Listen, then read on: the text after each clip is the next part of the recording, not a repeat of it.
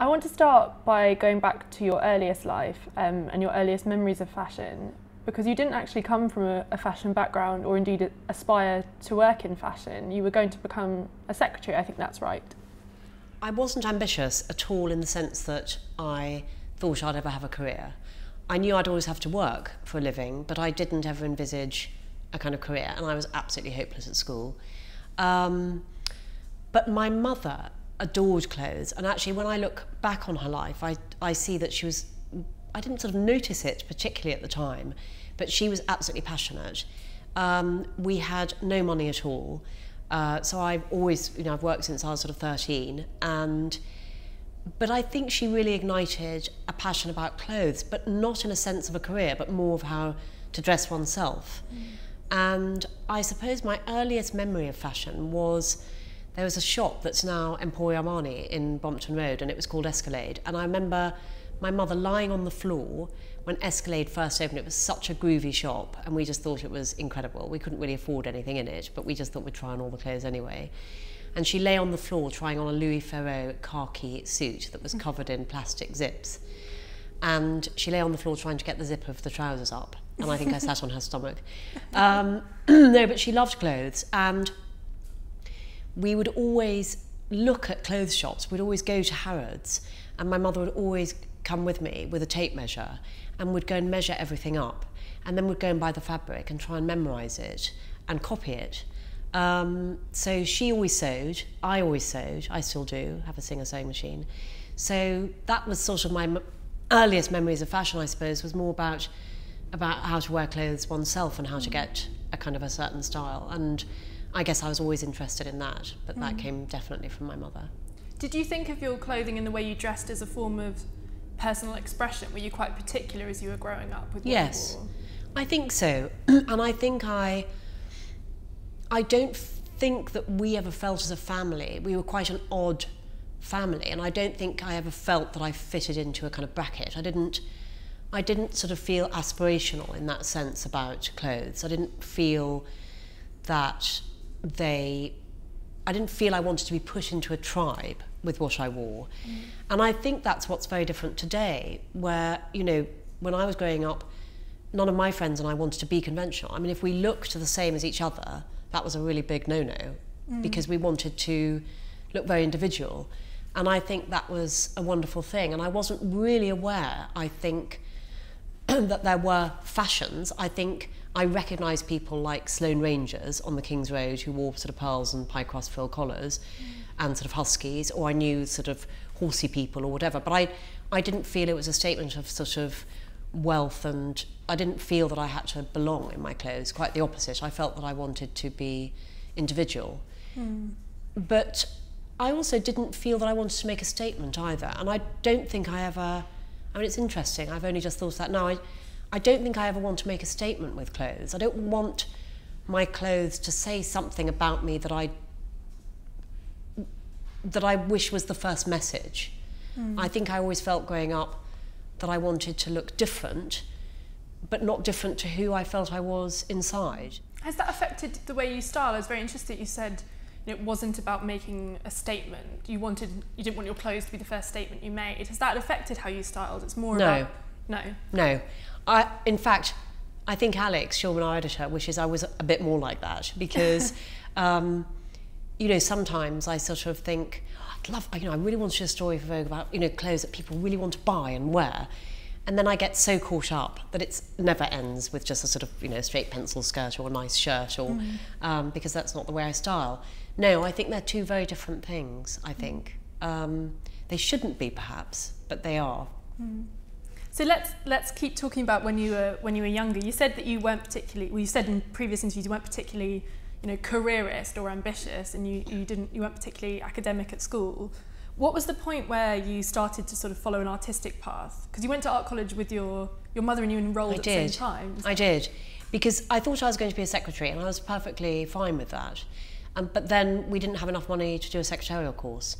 So in those days, you could get a grant, and they were really, pretty generous if you hadn't got much money. And so my mother and I both we both made portfolios on the kitchen table, really bad ones, with I think sort of pasta was involved, wool, and we made portfolios, and she got in to London College of Printing, and I got into Hornsey, and she became incredibly successful, having not been a career woman either, and became a #1 decorative paper specialist and wrote 10 books for Thames and Hudson. I hated art college. I went, absolutely hated it. And I suppose, in retrospect, looking back on it, I hated it because I wasn't good at it. I knew I was there and it was a bit of a sham. Mm-hmm. There were people who were really good at drawing, at creating, and I knew I wasn't good enough. And I think that's probably where I felt competitive, is if I did something, I always had to be quite good at it. Even though I wasn't academic, I was good at art. But I didn't think I was ever good enough to go to art college, and that was never really a sort of career option, to be an artist. But at Hornsey, and fashion was very, very much not encouraged, because it was quite left-wing at the time. They thought fashion was very frivolous, not interesting, not intellectual.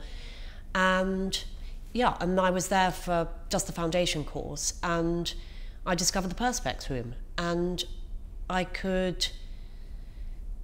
always liked making my own clothes and making things. It was a very, I grew up in making a lot of things out of cornflake packets. We're very good with our hands, and so I thought I could start making some jewellery. So I did start making jewellery out of the Perspex, and then I began to sell it. I mean, I couldn't tell anybody at Hornsey, because that would be a real no-no, like really not what you were there for. But it sold quite well, and so I just thought, this is something I mean, it was pretty hideous jewellery. We're talking about the sort of 70s, 80s now.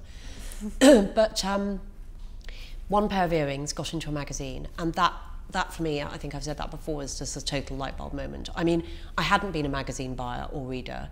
I didn't follow fashion in that way, but I thought the process of making something and then it ends up as, on a model in a magazine was just extraordinary. Mm. And so then I left art college and, yes, made the jewellery in my bedroom and bought a Black & Decker and did it on my own.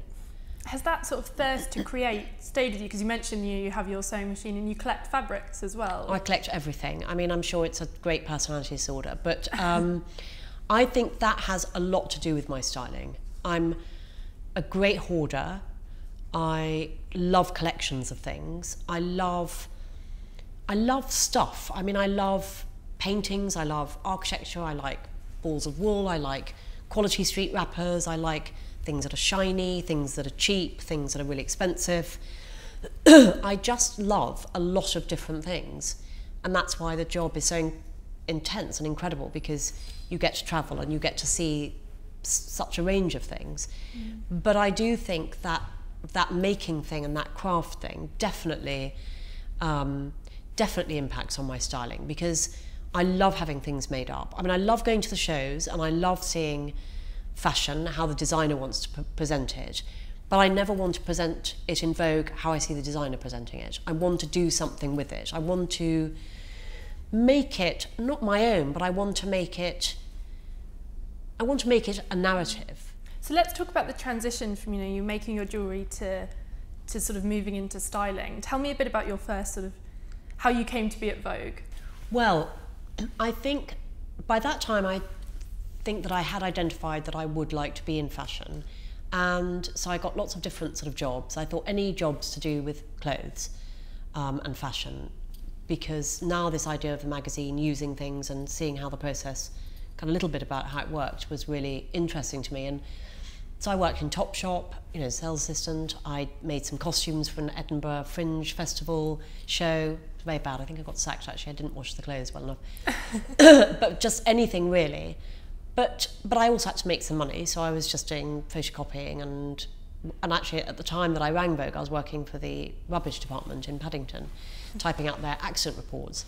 But I just rang. I think I wasn't afraid, and I think I just thought I'll ring round, and I thought I'll ring Vogue. And what was incredible was the HR assistant was ill that day, so the head of HR answered the telephone, and I said, I'd love to come and see you. Now I'd be terrified about doing that, but I don't know why I wasn't frightened. But she said, you can come in. I went in, She said, you've never sat behind a desk before, you've never been a secretary. So I said, no. She said, you can't type. No. She said, but I like the feel of you. I like, you know, what you have to say. And she was so supportive. And she said, go away and learn to type. So I went and bought a book, taught myself to type at the kitchen table, got myself up to speed, rang her back in 3 weeks, said, I've learned to type. And she said, okay, there is a job going. It's possibly the worst job that you would want, but you know, hang on in there. And it was secretary to the woman, Miss Davis, who did the petty cash. And at the time, you know, I had very little money and I used to make all my own clothes. And I did look like a freak. I mean, when I look back, I mean, I had multicolour hair. I didn't look like anything. I wasn't punky, or but I wore furnishing fabrics, you know, tussle, I don't know what I wore. Anyway, I looked like a freak. But I got this job, and that, I think around that time, Mario Testino saw me from the top of a bus. And my hairdresser, who I just used to go in for student nights, you know, and they'd dye your hair for free, said, oh, would you like to have your picture taken? I was like, oh my gosh, of course, fantastic. And they sent me to Mario's squat. He lived in a squat. We met. He said, I saw you from the top of the bus today. And that was a really incredible meeting, because he was just starting to be a photographer. I thought I wanted to be this thing called a stylist. And in those days it was a fashion editor. Loved clothes, and we did tests together.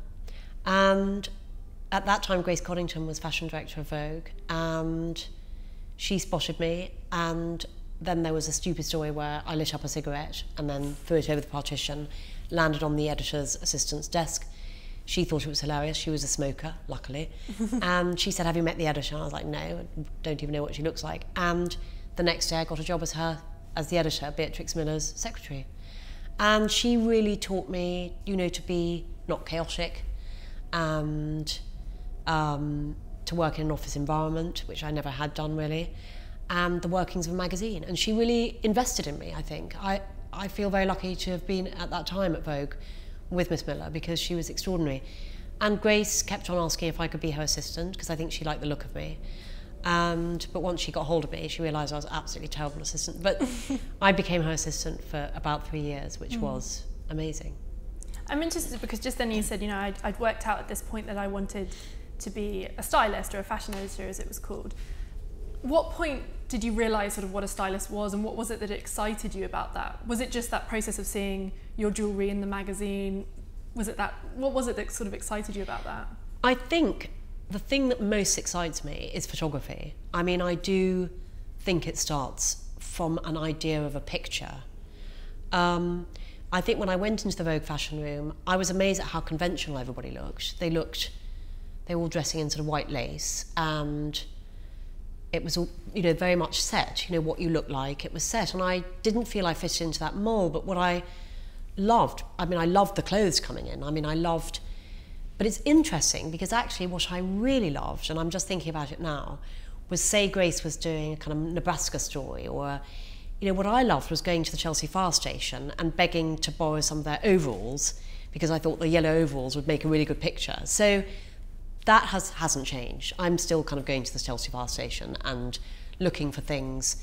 So I don't think with me, it never starts with clothes. I love clothes and I have a passion for clothes, but it starts with the picture that I want.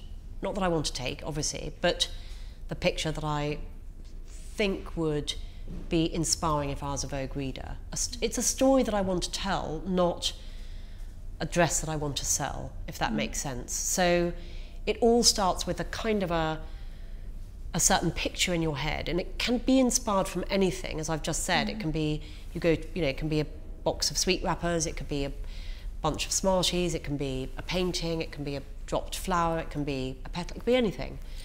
So I think working for Grace was incredible, because in a way that's what I think she taught me, because she always saw things very, very differently. She was slightly, and still is, I think, askew to the world in a really magical way. So, and she didn't really have a formal education. So if she came across Miro or Man Ray, or it was like a sort of newborn baby looking at it. There wasn't any history. She looked at everything in a very fresh way. And I think that's what makes her styling so incredible, is there are references, but they're references that aren't like anybody else's references, because she's looking at it as if for the first time. So, you know, if you get somebody who's very educated or very educated in the visual arts, whatever, there's a sort of baggage there. She has no baggage. So I think she really taught me how to, and I think I was ready, and I think I looked at the world quite like that anyway, but she was such a wonderful mentor for me, because she looks at the world in a way that's very different. And I think when I walk down the street, everything is a possibility of a picture. What would you want your legacy at Vogue to be? You know, when future generations look at your work, because fashion is a symbol of the times, you know, in a wonderful way. What would you want people looking back at your tenure to think of what you've produced? Gosh, I don't know. I've never thought of that. Because I suppose I also see what I do in a very private way, is that I'm not really out there, I don't think. and I often think that if I thought there was a Vogue reader, and thank God there are millions of Vogue readers because our circulation is very good, but I never do my job thinking that anybody else is going to look at it, because I think if I thought that, it would stop me from doing what I wanted to do. So I don't feel those restraints, and in that way I don't feel I've ever thought what I'm doing has particular meaning or legacy. It just has relevance for me.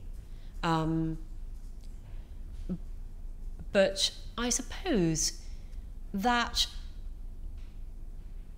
what I'd love somebody to take from any sort of fashion photography is that you can do whatever you like. You know, if you've got a platform, if you find a platform, you know, don't be restrained by conventions or what everybody else is doing, or, you know, you can do something that doesn't feel fashionable. It doesn't feel the latest thing. It feel, I would say, confidence to do one thing 1 minute and then do another thing the other minute. I mean, what I love about fashion is, particularly now and in the last, you know, 10 years, is the breadth of it. So you can do an androgynous boy story and you can do the most crazy, gorgeous, feminine couture story. What I would hope is that in a way it could be a weakness as well, is that I don't have a particular style, that I love everything. And I think that's important for people, to embrace everything and to keep your mind really open. And I would hope that maybe just a little bit of my work might say that, you know, you don't have to have this particular style. You can be all things to all people, and it's not a weakness. It's a kind of, it just gives you that breadth of dreams, which I think is so exciting.